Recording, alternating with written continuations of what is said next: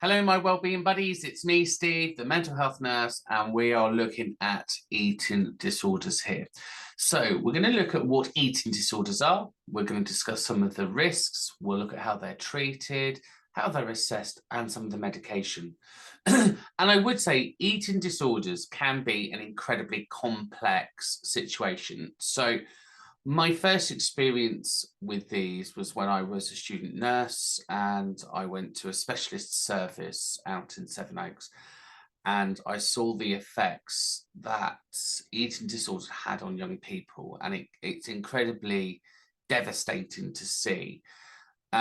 So we do need to handle eating disorders with the sensitivity and with the level of urgency in which they are needed to be treated with. Equally, throughout my career, and again through my primary health experience, I saw a lot of people with eating disorders. And for some reason, we make it incredibly challenging and complex to manage this, meaning the person is deteriorating every day. So this is something that if you feel somebody has an eating disorder, we need to address quite quickly and seriously. So let's get into this. So eating disorders are a group of serious mental health conditions. They're characterized by basically abnormal or unhealthy eating habits. And again, this looks at their attitude towards food and again, their attitude towards themselves. So this will include body dysmorphia, anxiety, depression, and all of those other pieces of mental health. There are different types of eating disorders, and the ones we're going to look at are anorexia, bulimia, and binge eating. So anorexia is characterized when there is a severe restriction of food intake, leading to a significantly low body weight. And that leads to, that comes from this intense fear of weight gain. And it's, a distorted body image. So there is a bit of body dysmorphia there that needs to be addressed, as well as that whole piece around anxiety and depression and relationships with food. We then have bulimia. So bulimia is characterized by recurrent episodes of binging. So binging followed by purging. So in other words, I eat and I overfeel and then I purge. So I put my fingers down my throat and I bring everything back up. That's called purging. And that behavior around vomiting, or alternatively, it's an excessive use of laxatives, so something that moves things through your body and through your digestive system. So in other words, it's this constant problem around body weight and shape. So that's bulimia. Binge eating is a disorder which is characterized by the recurrent episodes of just eating. So you're eating, and again, there can be some purging there, and it's a feeling of loss of control. And people that binge eat, you may hear people say, "Oh, I eat my emotions." So again, binge eating can be a real problem. There are other types of feeding and eating disorders there, but they're the common ones that we're going to have a look at today. And then eating disorders have obviously a serious effect on our physical health and well-being. So when we talk about risk and assessment, we've got to make sure we're using the right assessment tools and the right referral pathways very quickly. It is going to lead to people becoming malnutritional, underweight, depressed, anxious, low immune systems, problems around calcium deficiency and growth. So ultimately, this needs to be looked at as quickly as possible. Eating problems as well, then just look at this start of a disorder. So if somebody's starting to say to you, they're hiding the way that they're eating in front of you, or they eat and then disappear quite quickly, or they're starting to wear baggier clothes to cover up their appearance, or they start to get a bit gaunt or thin or withdrawn in the face, or they start to talk about body imaging problems, or they even are open about their problems with food and saying they're addicted to food, etc., then it can start off as an eating problem, but then manifest very quickly to an eating disorder. So the risks we've started to have a look at already. So it's clear going to be around nutritional deficiencies. So that's going to have a real imbalance to the immune system, and that's going to have a physical consequence around weakness, feeling fatigued, sorry, and obviously a decrease in that immune system. So if there's an infection going around, there's a high possibility they're going to pick it up quite quickly. Physical health problems, looking at a range of problems there, such as gastro problems. If we're not eating, we can have a problem with our throat. So our throat doesn't do that muscular pushing in. So when we chew and we masticate our food, it turns to a bulbous, we swallow. The swallowing breaks it down, it pushes it into the stomach, and then the stomach digests it. If those muscles aren't working, we're going to lose muscular problems there. And again, they may need work on rebuilding that up. It's going to have problems with the cardiac system. So we're going to end up with some heart problems, and again, problems around diabetes, whether that's hypoglycemia or being diabetic. Other related health problems, then look at the mental health side, which is going to be things like your depression, your anxiety, and social isolation. There can be a substance misuse problem here. And again, this is going to be an addiction, and that could be around substance misuse or alcohol. So again, if they're using drugs such as speed or cocaine just to feel full and use that as a self-medication tool, that's going to have problems.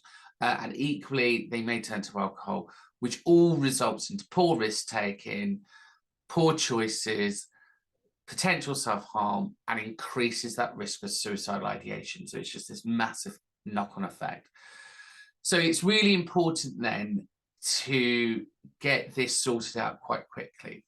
So eating disorders need a thorough, comprehensive clinical evaluation, and that may start from the GP surgery. So when you look at your referral forms for the dietitian or for SALT, generally what's speaking there is you'll need a round of blood, so you'll need a full blood count. You normally need a 12-lead ECG to monitor the effects of the heart and the systems there. And equally, you're going to have to do weight and BMI, and that's normally can be quite problematic. So I used to really struggle to get people in with eating disorders because they knew they were going to be weighed, and that potentially becomes a barrier.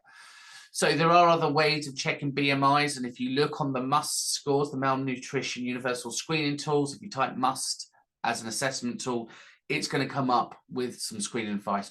When you fill that MUST tool in, it does come up with a care plan. So that's a really useful intervention.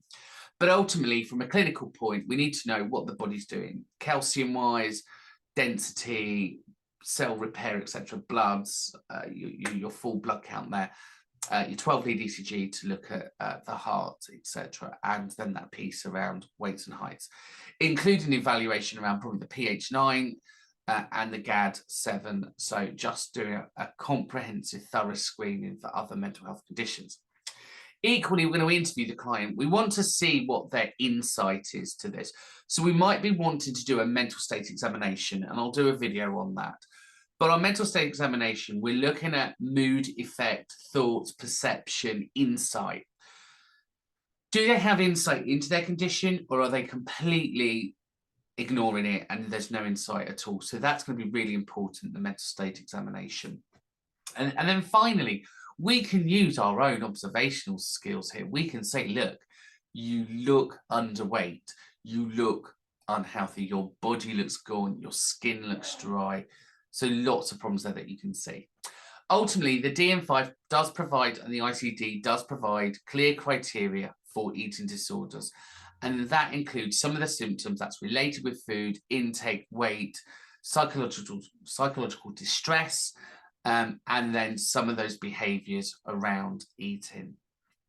So what's the treatment here? So the treatment is very much going to be the case of handling with care, making sure we don't cause a further problem with eating. But we're looking at cognitive behaviour therapy, so looking at how the relationship with food works. You may find here that some family-based therapy works really well to help family members understand the disorder, because you've probably got people screaming, just eat something, and it's not as simple as that, and technically that can cause further problems. There may be some interpersonal therapy, so understanding your experiences and why you're doing what you're doing to help improve that insight piece. So ultimately, we might need to do some positive self-talk. We might need to do some visualization. We might need to do some grounding skills, so some coping skills, and some acceptance and commitment as well. So there's a range of things that we can be doing there to help manage this. Equally, we want to look at intake. So we are probably going to be wanting to do some kind of balance sheet of some kind, or what's going into what's coming out.